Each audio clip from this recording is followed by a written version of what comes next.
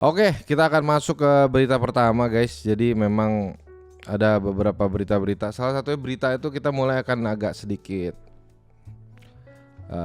bikin marah dulu ya, gimana? Lihat anak dibentak di tempat umum, bagaimana menyikapinya, ini saran psikolog. Jadi kemarin tuh ada sebuah video yang viral, yaitu adalah video anak kecil dimarahin dan dibentak sang ibu di stasiun kereta api hingga ia menangis dan menjerit di tengah kerumunan. Dalam video yang beredar disebutkan ibu tersebut jengkel lantaran habis ketinggalan kereta.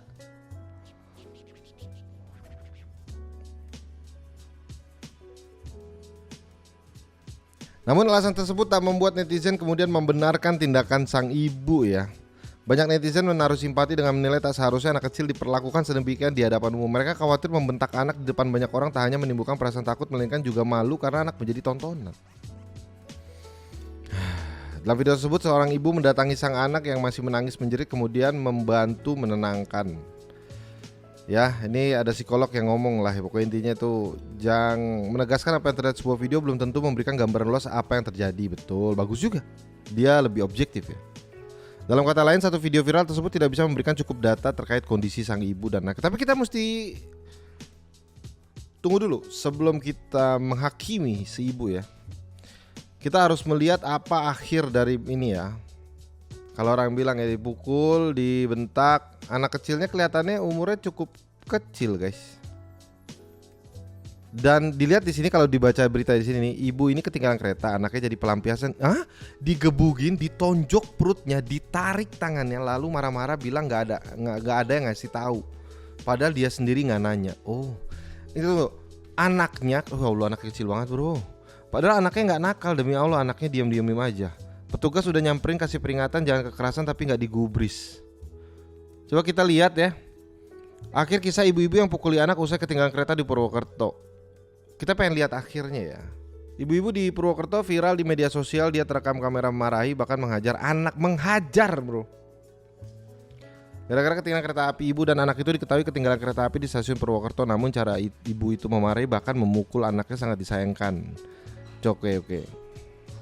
Pihaknya sudah memberikan saran agar ibu ini menaiki kereta api lainnya pada hari ini, namun ibu tersebut tidak peduli dan meninggalkan stasiun. Menurutnya, kronologi kejadian dilaporkan berawal dari ibu dan anak ini ketinggalan. Beredar berdasarkan info dari petugas, sebenarnya mereka adalah penumpang KA Baturaden Express. Oke, terus Chris menjelaskan setelah setengah jam kereta api berangkat dari stasiun Purwokerto, ibu ini baru menanyakan kereta api yang akan ditumpangi kepada petugas. Namun saat ditanya apakah ada seorang bapak yang mengganti tiket kereta api ibu dan anak tersebut, pihaknya tidak begitu mengetahui. Mengenai hal itu tidak terkonfirmasi oleh kami, tapi ibu ini naik kereta api kelas bisnis. Kita tahu lah kadang-kadang namanya anak kecil itu memang perlu dikasih pelajaran. Ya, tapi pelajaran yang kita berikan seperti apa dulu guys.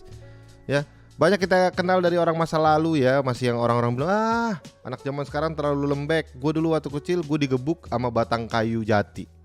Sebatang-batangnya yang kayu jati 100 tahun. Gue dipukul gomu-gomu ya kan sama bapak gue biasa aja perutnya.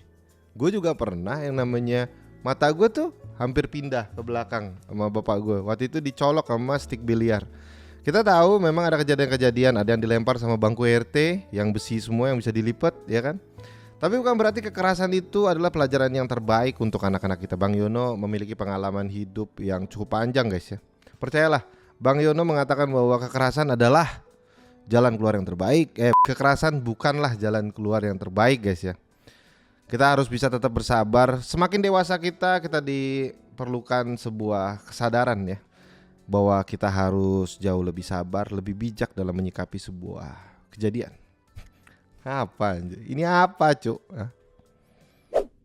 Kita akan lihat berita kedua guys. Jadi berita kedua kita lihat di sini ada orang buang abu rokok sembarangan bikin pemotor ngaku polisi ditilang. Ulah pria mengendarai motor di jalanan sambil merokok. Ini soal ilmu guys ya. Ini soal ilmu guys ya. Bagi kalian-kalian yang suka merokok pada saat lagi naik kendaraan umum ya, misalkan contoh sedang naik motor nih, ya kan? Itu abunya kena angin itu bisa ke belakang. Ini ulah mengendarai motor jalanan sambil ngerokok. Jadi tolonglah buat kalian para perokok-perokok, ingat kalian harus ketahui satu hal, bahwa merokok itu merusak kesehatan. Terdapat 7 zat yang berbahaya untuk tubuh. Salah satunya adalah zat yang bisa menyebabkan Anda adiktif, yaitu adalah nikotin, yang dimana ketika kalian sudah terlalu adiktif itu akan kesulitan kalian untuk menghentikan ketika Anda merokok. Jadi lebih banyak jeleknya daripada bagusnya dalam merokok itu. Jadi Bang Yono memberi ketahukan kepada kalian yang muda-muda dan masih sok-sokan ngerokok ya, dan masih ngerasa kayak ngerokok tuh keren bang, ngerokok tuh laki banget, ngerokok tuh nongkrong, kalau nongkrong tuh stop. Karena tidak merokok itu jauh lebih sad dan lebih keren ya. Itu dari Bang Yono ya. Jadi ini ada ulah, dia peristiwa itu terjadi di Jakarta Selatan. Oke, pemotor itu dikeluhkan karena abu rokok yang dibuang sembarangan hampir mengenai anak kecil. Nah ini. Keributan kecil pun terjadi di pinggir jalan. Pokoknya kalau udah soal anak tuh memang bener pasti bisa ribut bro, benar betul. Pengendara yang komplain itu merekam video saat cekcok terjadi. Oke. Bukan minta maaf, pria yang mengenakan kupluk itu malah mengaku sebagai anggota Polri. Pria itu juga sempat menunjukkan kartu dari kartu yang ada di pinggangnya. Nah ini dia. Yang namanya rasa sombong dan tinggi hati itu memang terdapat di manusia-manusia laknat ya. Siapa lo? Tanya perekam video. Polisi. Seenggaknya kalau lo polisi lo ngerti ngerokok di kendaraan gimana. Kalau memang lo polisi lo lebih ngerti berkendara lo ngerokok juga. Pria yang ditegur karena membuang abu rokok sembarangan itu lalu seolah-olah menahan diri untuk adu fisik karena perekam video membawa anak kecil. Tampak ada pesawat. Enggak, dia tuh nggak ngelihat konteks salahnya dia ya. Aneh banget. Kapolsek Jagakarsa Kompol Multazam Lisendra mengatakan pria yang ada dalam video bukan anggota Polsek ya. Multazam juga menyebut kata yang ditunjukkan bukan kata Polri. Nah itu dia. Jadi udah ngaku-ngaku tapi dia sedang kami selidiki, tinggal minta maaf, aduh maaf gitu ya. Diburu polisi. Nah kan akhirnya diburu kan sama polisi kan. Iya loh. Pria ngaku polisi, ditangkap. Selang sehari kemudian pengendara motor yang mengaku-ngaku anggota polisi akhirnya ditemukan. Pria itu sempat diamankan. Pria bernama Dedi itu diamankan pada Selasa sekitar pukul 8. Guys. Ini makanya cobalah kurang-kurangin lah ya. Terus kedua, kalau dulu ada juga yang pernah gue lihat juga pada saat lagi sudah diamankan dia sudah minta maaf, ketangkep baru minta maaf lo ya. Ya, ada juga kejadian kayak dulu di zaman era-era gue masih muda ya, Bang Yono ketika muda dulu. Bang Yono ketika muda tuh naik kendaraan umum dan kadang-kadang di zaman dulu tuh suka juga bapak-bapak yang udah pakai Samsu atau enggak Jarum Super. Ya kan, apa enggak apa tuh selain Jarum Super satu lagi tuh apa itu, kretek lah pokoknya ya. Itu ngerokok di dalam mikro OLED guys. Sedangkan di situ nggak dia doang seorang diri gitu, ya. Gue nggak ngerti lagi bahwa kenapa nggak bisa tahan banget gitu ngerokok maksud gue, ya sampai harus mengganggu orang lain gitu guys. Lagi ketangkap kan pak, ngapain coba, ya kan? Mengaku khilaf. Aduh, bener sih manusia itu tempatnya salah. Cuma ada khilaf yang disengaja sama yang nggak disengaja, ya. Jadi minta maaf atas perbuatan mengaku-ngaku anggota polisi karena merokok sambil mengendarai motor. Saya saudara Dedi sebagai masyarakat biasa.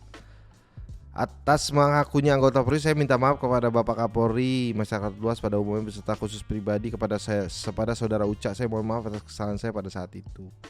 Dedi mengaku khilaf atas perbuatan yang sudah dilakukan. Iya. Ketangkap baru sadar khilaf berak. Ya maksud gua ya itulah. Salah aja lah dari awal gitu ya maksud gua.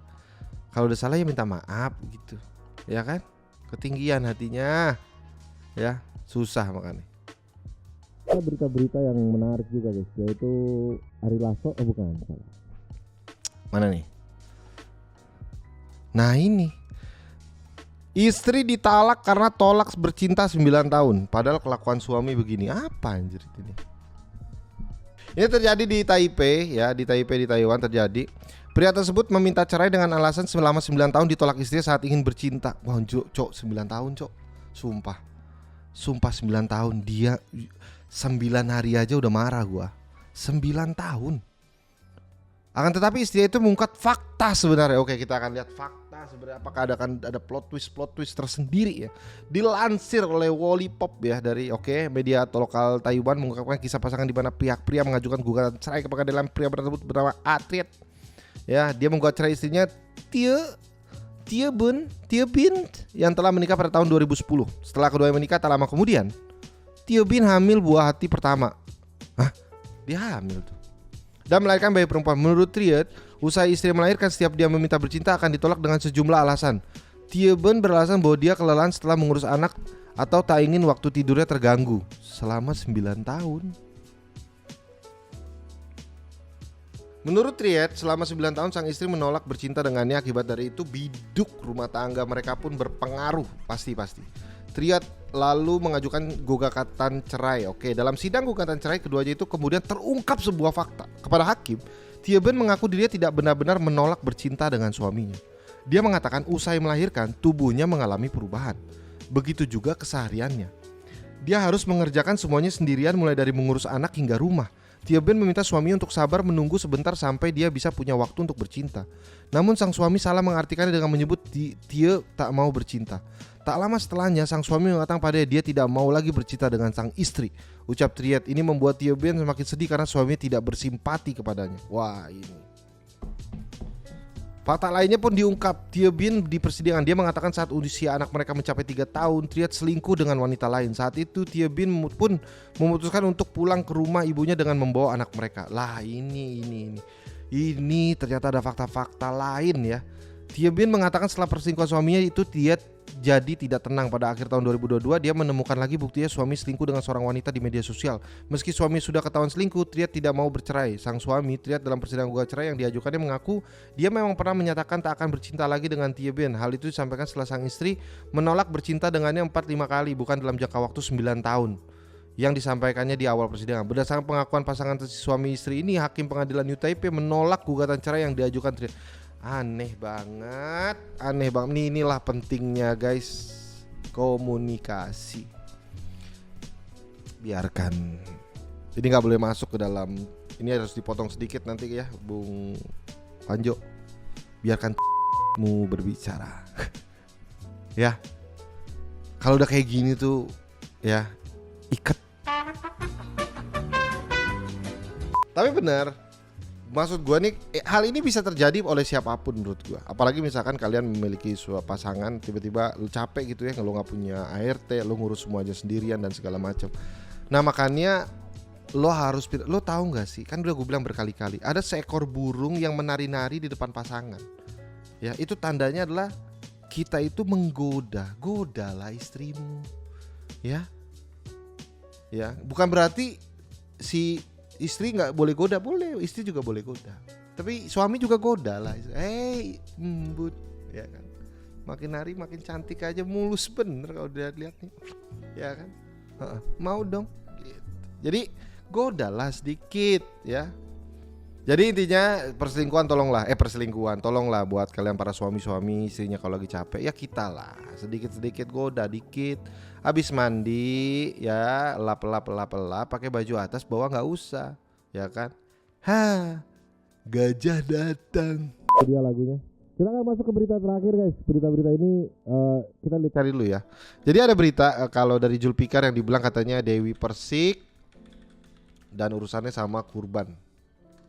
Jadi katanya sempat ada situasi itu adalah Dewi Persik itu mau kurban, habis itu katanya dengar dari ART dan juga sopirnya itu ditolak sama Pak RT dan akhirnya Mbak Dewi Persik marah-marah dan akhirnya ada klarifikasi yang dilakukan.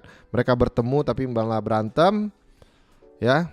Dan Pak RT sudah mengatakan bahwa bantah tolak sapi kurban Dewi Persik. Ketua RT kita menerima kok tapi mau diambil lagi.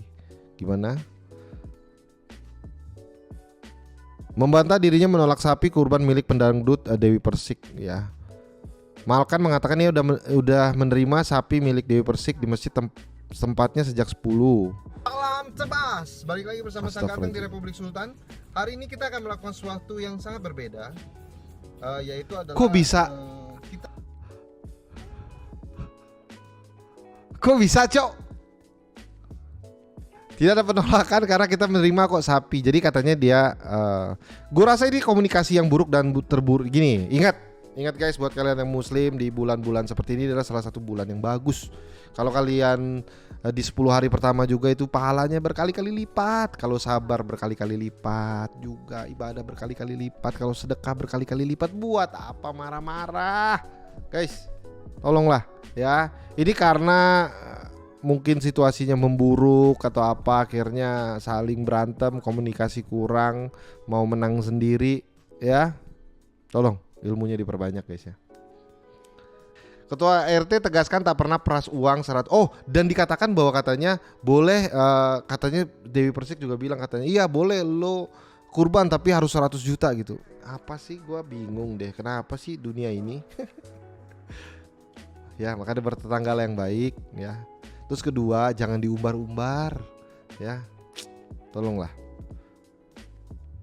Tidak mengetahui sapi milik Dewi Persik, hanya dititipkan di tempatnya aja. Yang ia ketahui sapi itu datang untuk disembelih di tempatnya. Bahkan dia sudah melakukan ijab kabul dengan pihak yang mewakili Dewi Persik. Dan akhirnya sekarang tuh para netizen, setahu gua kelihatannya berat ke arah Pak RT kelihatannya ya. Pak RT dibelain gitulah intinya. Dewi Persik yang agak sedikit diinin ya. Ya sudahlah. Aduh, sampai muncrat. Ya udahlah, namanya hidup guys ya.